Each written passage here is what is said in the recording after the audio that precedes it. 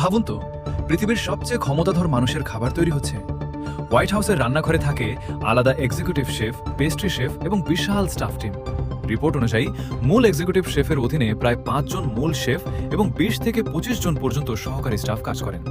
White হাউসে রয়েছে একাধিক কিচেন, একটি মেন কিচেন, একটি ফ্যামিলি কিচেন আর আলাদা পেস্ট্রি কিচেন, যেখানে প্রেসিডেন্টের জন্য তৈরি হয় বিশেষ ডিজার্ট ও কেক।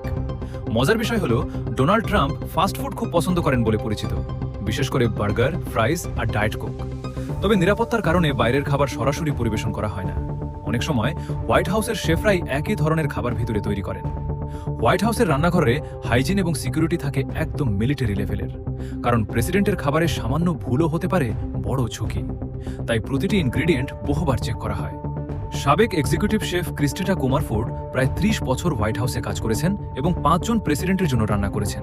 শুধু প্রেসিডেন্ট না, বিদেশি রাষ্ট্রপ্রধানদের জন্য এখানে তৈরি হয় লাক্সারি স্টেট ডিনার, কখনো ফ্রেঞ্চ কুইজিন, কখনো ইটালিয়ান, আবার কখনো ট্রেডিশনাল আমেরিকান মেনু। ভাবুন একবার, প্রতিদিন হাজারো নিরাপত্তার মাঝেও হোয়াইট হাউসের এই কিচেন 24 ঘন্টা ব্যস্ত থাকে শুধু একজন প্রেসিডেন্ট আর তার অতিথিদের পারফেক্ট মিল পরিবেশন করার জন্য।